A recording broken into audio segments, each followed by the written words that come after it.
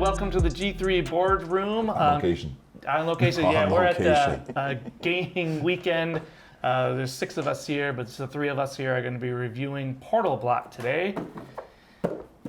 Portal Block. It's a brand new game. We've kind of been playing a lot of it lately. It just came out, so we've only been playing it for a couple weeks, but we're going to talk a little bit about that today. First of all, I want to start to say I love the design of this game. I love the wooden blocks. I mean, it's a good size. I mean, I just like the all the pieces. I like the design elements on the cards. It's simple. Nice. It's simple and elegant. It's simple and elegant. And with simple and elegant games, I think I mentioned this in the unboxing, you have a lot of replayability because it's not, I mean, it's always different. For instance, in this game, the first part of the game is setting up this board. So every single time you play this game, you're going to have a different board. You know, you've got your 3 different pieces, simple vortex blocks that pull you in, portal blocks that move you, and connector blocks that, you know, have you draw a card. I'm going to interject really quick, and I don't mean to cut you off, No, but in regards to the quality of the pieces, I appreciate that all the blocks are the same size. It's just a manufacturing thing. Make them all the same size. I don't need oblong pieces and stuff that shows there wasn't any attention paid to it. It's nice. It's the same size. Okay. You know, and like I said, it's simple, but it's quality. It's a block. Just make them all the same size, and that's the price of entry. And some companies don't do that. Yeah, that's true. I mean, just some companies don't do it. Yeah, I mean, even the I don't know, the laser paint job on these things. You know, maybe it's pretty kind good. of It's pretty good. You know, yeah. definitely does what it is. Continue. And that, you know, like I said, the cards are pretty cool. I like the artwork. It is a new game. This is the first edition. We did have a couple issues with some of the rules. Some of the rules seemed kind of vague and seemed a little bit contradictory. Now, They don't seem vague. They are vague. Yeah, true. But one thing I will say is that, you know, the fine folks at portalblock.com, you know, they have a frequently asked questions section, and I actually did have a couple questions, and they were really quick about turning around it and clarifying them. But it would have been better if the, you know, clarification would have been in the rule book. In the rule book itself, Yeah. which is not very big at all. It's actually pretty thick rule book, but there's not a lot on every Well, page. not really. I wouldn't call this thick. I wouldn't call 30 pages of rules a rule book. Yeah, but one page has 4 words on it. Right. Make a 2-page rule. Make a front and back. You can fit everything on there. And then make another page with the eventual errata that's going to fix the rules issues that I have. Yes. Speaking of issues, we want to get into the issues that we have. Now, like I said, we've played this game a lot, and I've played this game with 3 players, 4 players, and 5 players. The game says that it's from 2 to 5. Correct. No, actually, I played with 2 players. It is such a very different game when you're playing with 2 or 3 players. We found a big issue when we tried to play with 5 people, that you've got this board, and this board doesn't get any bigger. It doesn't scale with the amount of people that are playing. So right now we've got 3 people on this board. You know, we're pretty spread out. When there's 5 people on this board, you are constantly stomping on each other. And the problem with that is that every time you land on the same space as someone, or in a worst case scenario, if someone's on a vortex block, if you land anywhere near it, you're pulled in, and then you're rolling die, one of you is going back to start. Here's the worst case scenario. Oh, yeah. This piece right here rolls 2 die in a challenge or in a battle, and then picks the best one. So if this person is there or anywhere near the start, you're constantly going back to start. There's a very good chance that you're not going to get out of the starting block.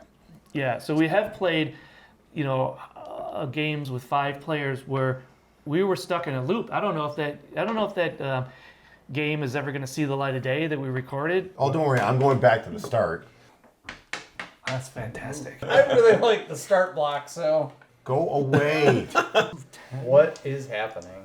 Do you want to portal to me? I'm going to kill you. Yay! Hey. You're right Not back all where you that. started. At any one point in this game, at least 2 of us are on that starting block. This is Groundhog Day. Hi, Bob. Stop playing cards. What the hell? Wow. I don't want to hurt anybody anymore. That was Thank the you. most evil move I've ever seen. It wasn't From even. this group. It Still wasn't trying to even win the evil. game. It wasn't that it was evil to me. It was evil to everyone here. How long do you want this game to go? But that was almost 2 hours of just loop, stuck, back to start. And there was maybe one person that was, trying to get to the end, but the other 4 of us were all, I just made it. gridlocked there. I just made it so you can't roll 1 through 4 without fighting that guy. okay, Who yeah. rolls 2 dice and rolls like a demon. And that's right, because when you roll a 1 and you land on this portal block, you must move unless you have a power that lets you do something else. But most players will have to move to another portal block, and now you're next to a vortex block, and now you're on this person. So yeah, you're right. If you roll a 1, 2, 3, or a 4, you're battling. I could actually set that up so you can't roll anything and you'll end up on that piece. Now here's the trick. That looks like an unusual scenario. You would think. You would think that's an unusual scenario, but you end up with things like that all over the board. And you end up with, there's one of the tokens is that you can choose any power that you want for the game, not every turn. So when I had it, I picked the guy that rolls 2 dice. Now you got 2 guys smoking you. And we just Yeah. had a pile of dead players at the start, and every once in a while someone would break free. And it was like, oh, he's making a break for it, and he'd end up back in the start. Because you've got these fate cards and these power cards that will mess with you, and Absolutely. and like I said, it's a fun mechanic to mess with your friend. They're just about to get in, you play a card, move back 5 spaces. Someone's just about to get to the end, and you play a card that reverses the direction of the board. So now he was in the second to last spot of the game. Now he's at the beginning of the game. Yeah. So it's some really fun stuff. But the problem we had with the 5-player game is that we got to a point where we were rooting for the other person to win. To win. It's And like, I'm save us deliberately from this. no longer attacking people. I'm deliberately avoiding people. And it's important to note that when you're on the starting space, where most of our players spent the entire game, you can't do anything but roll a dice. Right. So all that other fun stuff, all the cool stuff that happens with these cards, the fate cards, any of the other mechanics, completely negated. All you can do is roll a dice. And when you roll that dice, you fight Jeff, who's going to smoke you. The guy should go to Vegas, play craps, millionaire overnight, because he'll just kill you. 2 dice, you're done. Right. And that's where we spent most of the game.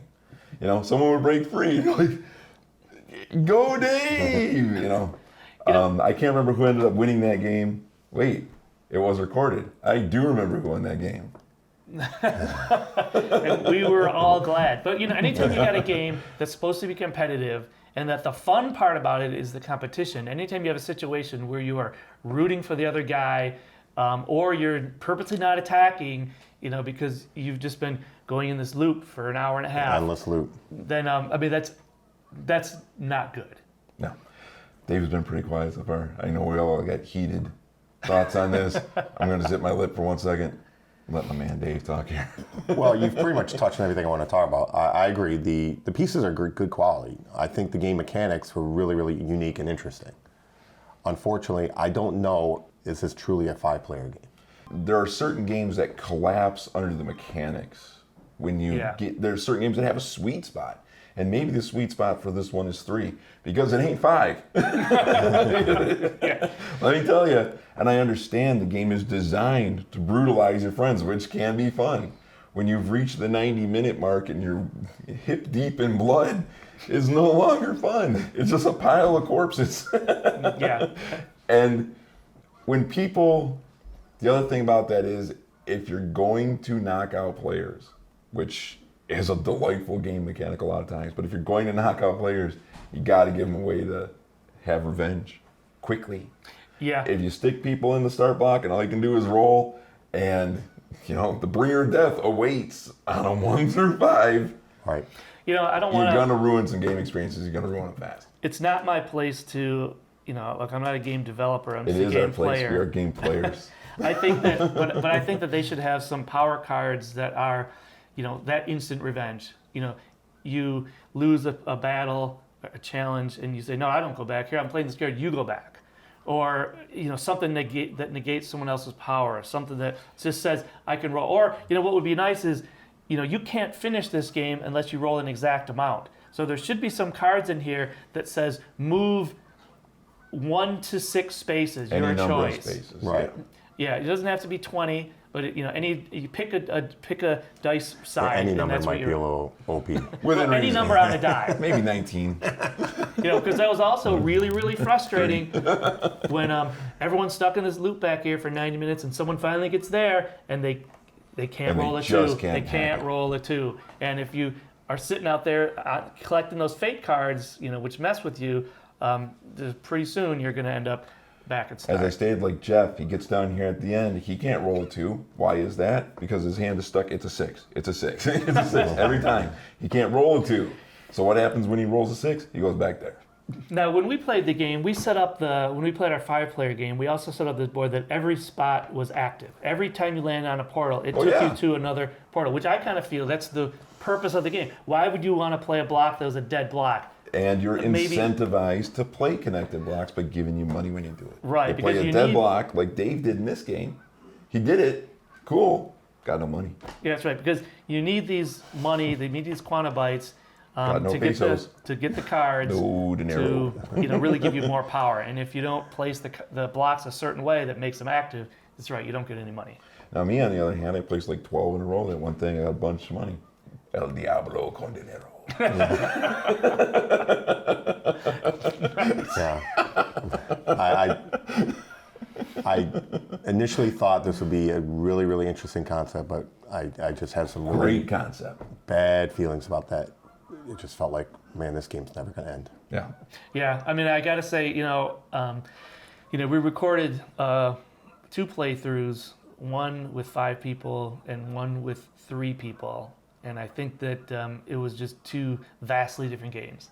I think that my review of this game is, like you're saying, everything looks great. I love the artwork. I love the mechanics for the most part. If you're going to play this with 3 people, highly recommended. Go get them. Go mess with your friends and send them back and laugh loudly. But if you're going to play this with 5 people, it's almost like it becomes a cooperative game to get through the board. And the game does say 30 to 90 minutes to play.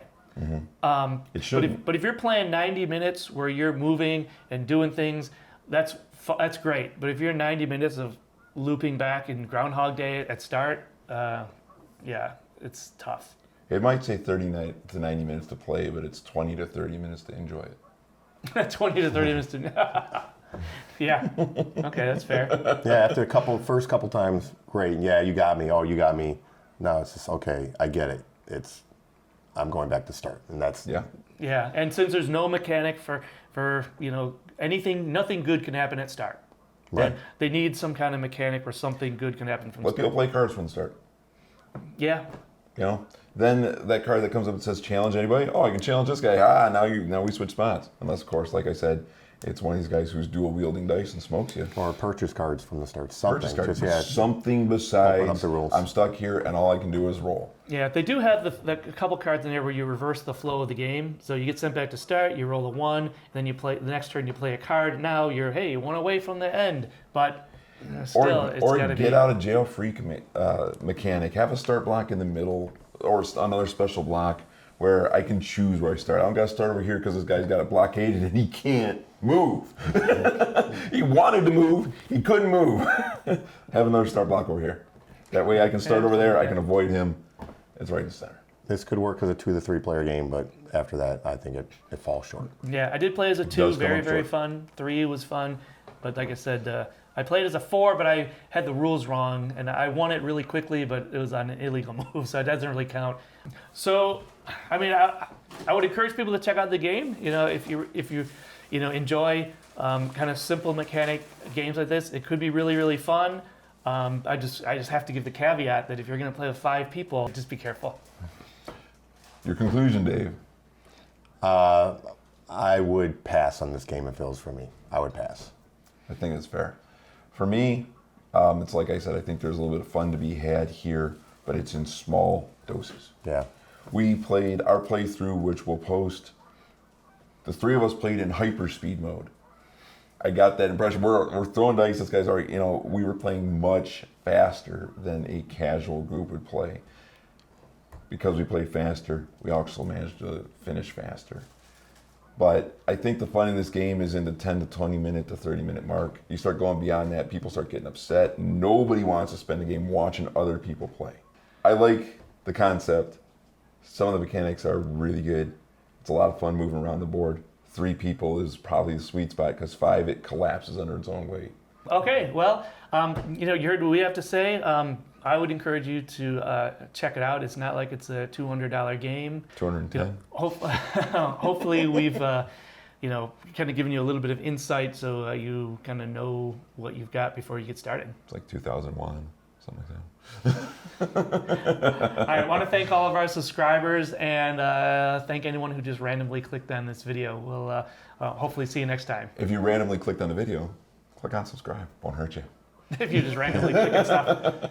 Smash that button. See ya. Bye.